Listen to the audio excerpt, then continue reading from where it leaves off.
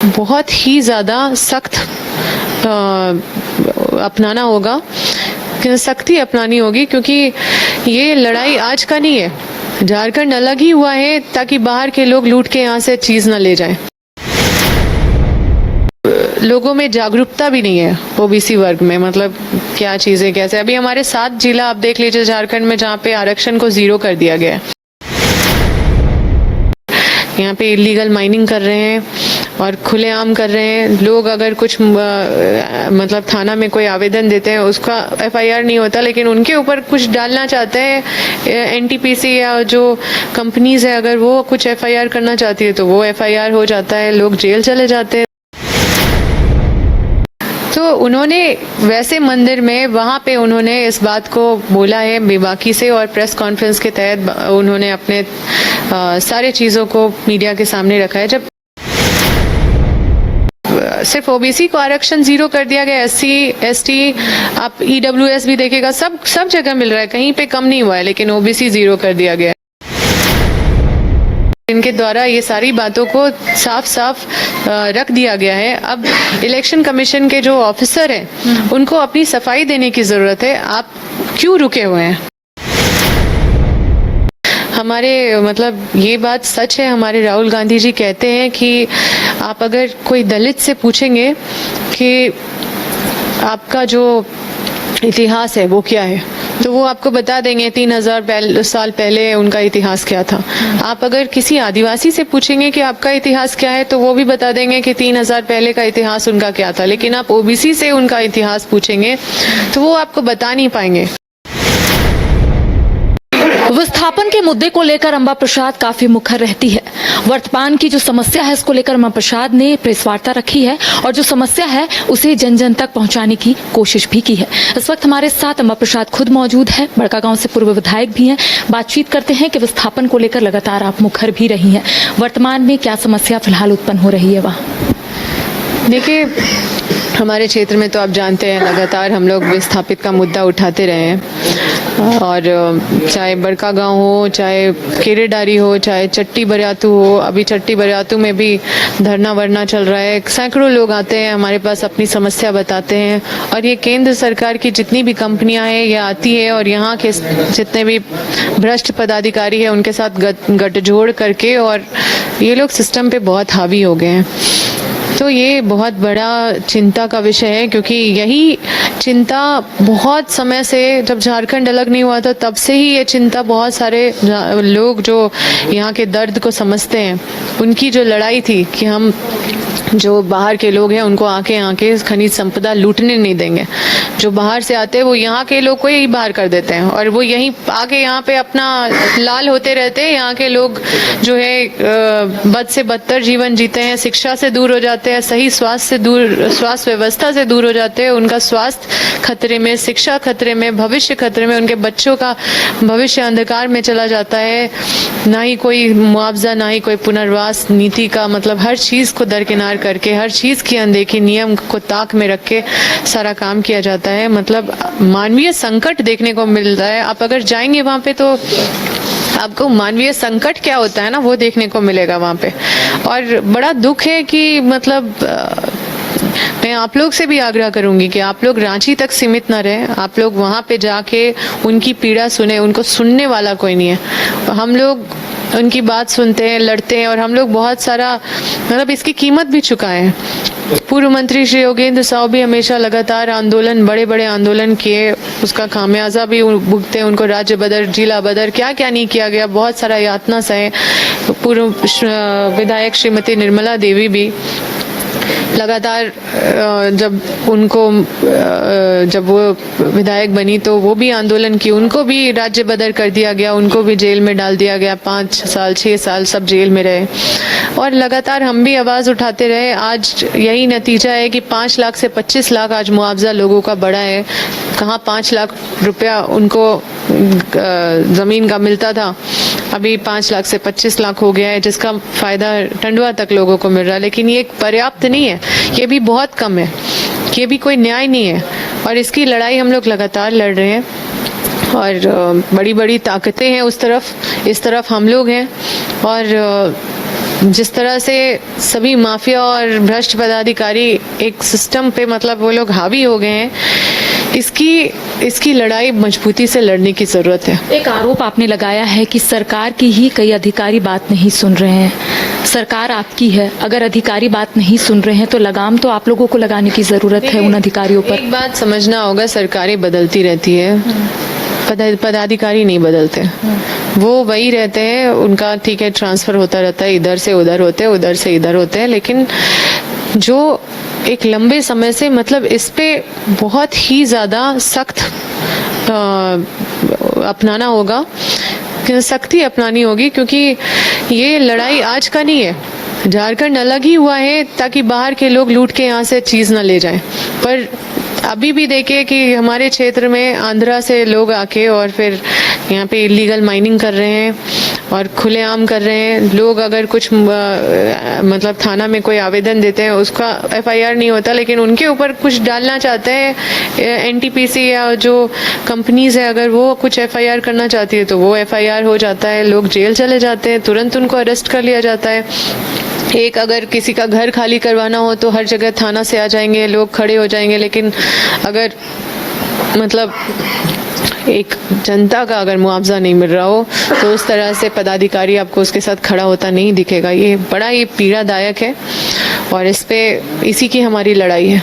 हमारा बस यही मांग है कि जो भी विस्थापित लोग हैं, जो इतना बड़ा मूल्य चुका रहे हैं विकास के नाम पे, औद्योगिकरण के नाम पे, उनका विनाश नहीं होना चाहिए। उनके साथ संवेदनशीलता से माइनिंग कंपनी काम करे।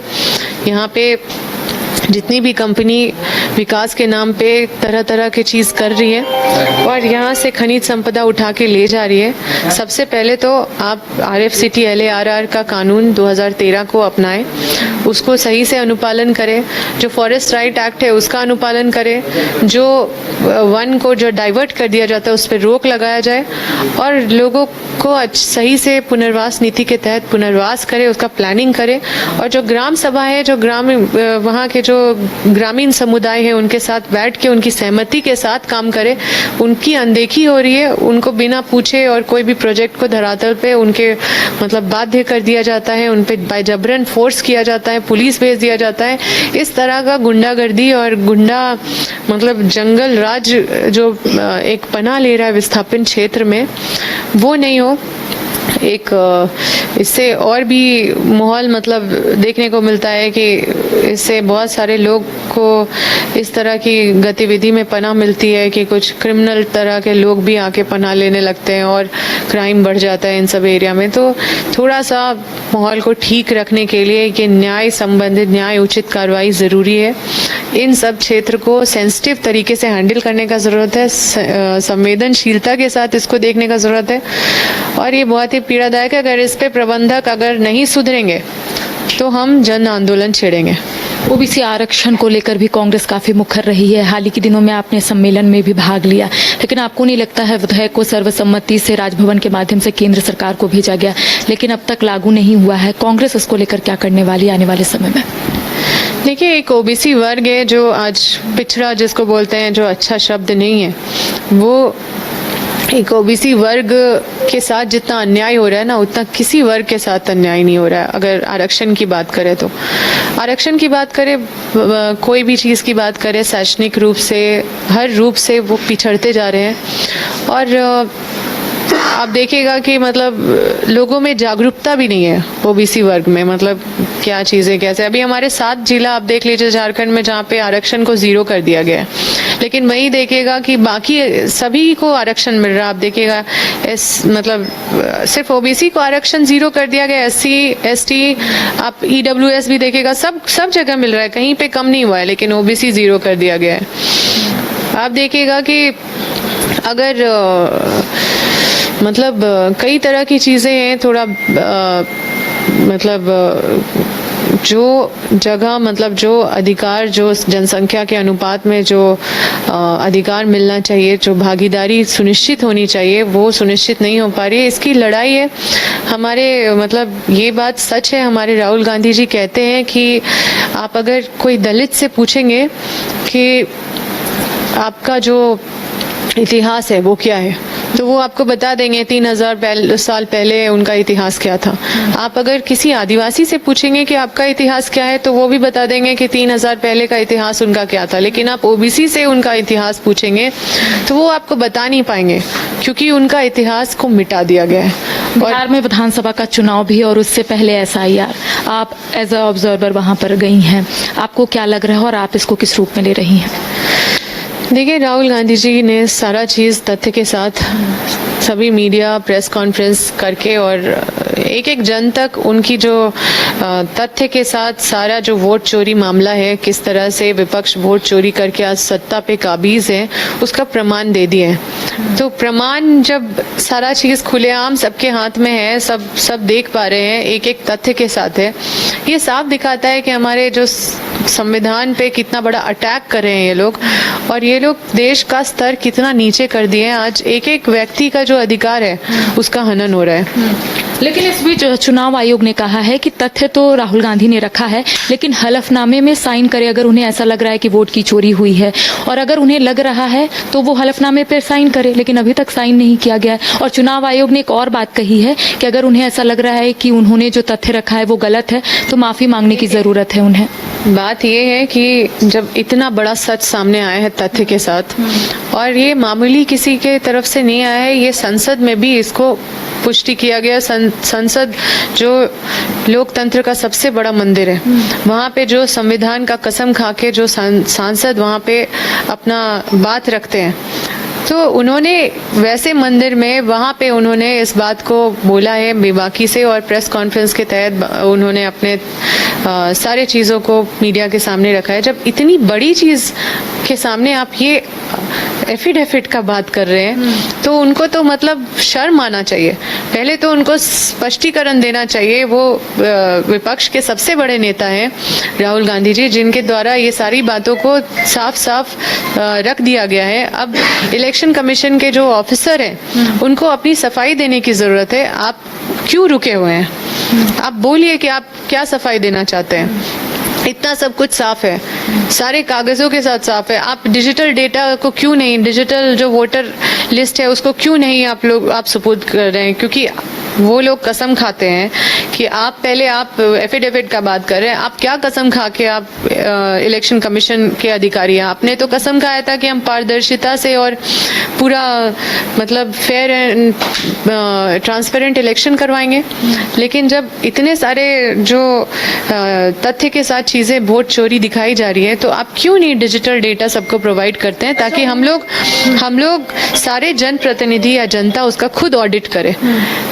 जनप्रतिनिधि और जनता खुद ऑडिट करे, आप उसको क्यों नहीं डिजिटल डेटा सबको प्रोवाइड करते हैं, ताकि हम लोग भी देख पाए कि हमारे विधानसभा में कितना वोट चोरी हुआ है। प्रमाण के तौर पर उन्होंने एक विधानसभा का जिक्र किया है, महादेवपुरा। उनका कहना है कि वहां पर जितनी महिलाएं हैं उन्होंने 2 बार वोट किया। अगर वो प्रमाण दे रहे हैं तो हलफनामे में साइन करने में क्या दिक्कत? सबसे बड़ा सवाल जो है वो केंद्र सरकार या फिर सत्ता पक्ष उठाते हुए नजर आ रहे हैं। क्या दिक्कत है कि वो जो पेश कर रहे हैं, देखिए आप बहुत छोटी चीज की बात कर रहे हैं। वो जब सारा चीज तथ्य के साथ जब पेश कर रहे हैं और वो डिमांड कर रहे हैं कि आप डिजिटल डेटा दीजिए, आप फेयर इलेक्शन का बात करते हैं, आप ट्रांसपेरेंट इलेक्शन का बात करते हैं, आप डिजिटल डेटा दीजिए और आप बताइए कि हम गलत कहाँ हैं। तो वो एक मतलब जस्ट टू मतलब एक होता है ना कि वो मुद्दे पे बात नहीं करके चीज़ों को डाइवर्ट करने के लिए वो कुछ भी बोल रहे हैं। लेकिन मुद्दा तो डाइवर्ट होने से रहा, क्योंकि ये चीज़ साफ साफ दिख रहा है और इसका कोई भी नज़रअंदाज इसको नहीं कर सकता है कि ये सारी वोट चोरी का जो प्रूफ प्रमाण के साथ तथ्य के साथ जो चीज़ें सामने आई है, इससे आप आंख बंद नहीं कर सकते और इसके ऊपर आप फिंगर पॉइंट नहीं कर सकते, क्योंकि ये तथ्य है। चलिए, एक आखिरी सवाल रहेगा, क्योंकि बिहार में विधानसभा का चुनाव है और ऐसे में नीतीश सरकार ने जो फैसला लिया है, यानी कि शिक्षक भर्ती में डोमिसाइल लागू कर दिया गया है, तो ऐसे में सवाल ये उठ रहे हैं कि झारखंड में अब तक लागू नहीं हुआ है। दूसरी बात, क्या लगता है कि बिहार विधानसभा में इसका इम्पैक्ट देखने को मिलेगा? देखिए, चुनाव के समय आ गया है तो फिर सबसे पहला तो हमारा बहुत सारा सवाल है बिहार में। खैर, यहाँ पे तो चीज़ें झारखंड में भी कई चीज़ें हैं जो हमारे सरकार के मतलब हमारे माननीय मुख्यमंत्री जी चीज़ों को ठीक करने में लगे हुए हैं। लेकिन बिहार में आप देखिए कि 8 केंद्र मंत्री हैं। 8 केंद्र मंत्री आप देखिएगा तेलंगाना में एक है केंद्र मंत्री, लेकिन 8 केंद्र मंत्री मिलके बिहार का क्या किए। तो ये लोग बस सत्ता में काबिज होके बस ये लोग अपने आप को ही देख रहे हैं, अपना रोटी सेक रहे हैं। जो बिहार के लिए इन लोगों को करना चाहिए था, सोचना चाहिए था, बिहार को जो मिलना चाहिए था वो बिहार को नहीं मिल पाए हैं। अभी इलेक्शन के टाइम ये कुछ भी करेंगे, कुछ भी बोलेंगे। लेकिन अम्बा जी, इससे तो स्पष्ट हुआ ना कि पहले बिहारी फिर बाहरी को मौका मिलेगा। झारखंड में ऐसा क्यों नहीं हुआ? देखिए इलेक्शन टाइम में जो ये आप देखें शराबबंदी भी तो किए, क्या वहाँ शराब नहीं पी रहे लोग? सारा चीज तो सामने आ रहा है। लॉ एंड ऑर्डर का क्या हालत है वहाँ पे, ये सारा चीज सामने आ रहा है। तो ये इलेक्शन में जब जस्ट इलेक्शन के पहले ये लोग कुछ मास्टर स्ट्रोक करने का कोशिश कर रहे हैं, तो लोग तो समझ रहे हैं ये लोग बस डाइवर्ट कर रहे हैं। कभी बोलते हैं हम जनगणना कराएंगे, कभी ये कराएंगे, कभी बोलते हैं हम ये कराएंगे, लेकिन इनका मंशा साफ साफ दिख रहा है। क्योंकि इतने बड़े कार्यकाल में इन्होंने बिहार को क्या दिया है, बिहार के साथ क्या किया है, वो छुपाया नहीं जा सकता है। क्योंकि बिहार की जनता वो सब उनके साथ बीता है तो वो भूल नहीं सकती है। और झारखंड की बात करें तो झारखंड में कई चीज़ें जो लंबे समय से उलझा के रखी हुई है, उस पर अभी हमारी सरकार लगातार चीज़ों को ठीक कर रही है। अभी बहुत सारी योजनाओं के तहत लोगों का जीवन को बदलने का काम किया गया है। और समस्याएं तो है, ऐसा नहीं है कि समस्याएं पूरी ख़त्म हो गई है, लेकिन उन समस्याओं को मुझे पूरा विश्वास है कि जो सरकार है उसको ठीक करेगी और पूरे संवेदनशीलता के साथ यहाँ के लोगों का हक और अधिकार को सुरक्षित करने का काम करेगी। झारखंड में आप सुरक्षित महसूस करती हैं? क्योंकि कहा जा रहा है बेरमो विधायक अनूप सिंह को फिर से धमकी मिली है। देखिए सुरक्षा का जहाँ सवाल है वहाँ पे हम बस यही कहेंगे कि हम तो खैर पूरे अलग अलग राज्यों में जाते हैं, हम बंगाल के प्रभारी भी हैं और देखते हैं कि पूरे देश भर में आज कौन किस राज्य से आके कौन किस राज्य में रह रहा है और कौन से देश से आके हमारे देश में पनाह ले रहा है, ये भी एक सवाल है। और निश्चित रूप से बहुत सारे ऐसे अपराधी तत्व के लोग हैं जो इधर उधर हावी हैं, इस पे नकेल कसने की ज़रूरत है। और पुलिस पदाधिकारियों को घटना के बाद जो वो काम करते हैं बस उस पे ही ना फोकस करें, प्रिकॉशनरी भी उनका एक्शन होता है। वो पहले से भी मतलब चीज़ों को देखें कि किसी को कोई किसी के साथ कोई अनहोनी ना हो, उस चीज़ को भी पहले से वो इंश्योर करें। और चीज़ें तो और भी मतलब ज़रूरत है ठीक करने की, लेकिन उनके जैसा जो गुंडा राज जो बिहार में चल रहा है, जो अंधाधुंध जो गोली चल रही है, जो इतनी दिन दहाड़े कुछ भी हो जा रहा है, वो स्थिति झारखंड में नहीं हो पाएगी। तो देखिए एसआईआर, वोट चोरी, ओबीसी आरक्षण और कई ऐसे मुद्दे हैं जिसको लेकर हमने अम्बा प्रसाद के साथ चर्चा की। इन्होंने क्या कुछ कहा आपने सुना। फिलहाल सहयोगी नूतन के साथ करिश्मा सिन्हा, न्यूज़ बाइस्कोप, रांची। घर रहने का मकान भर नहीं, ये खुशियों की तिजोरी है।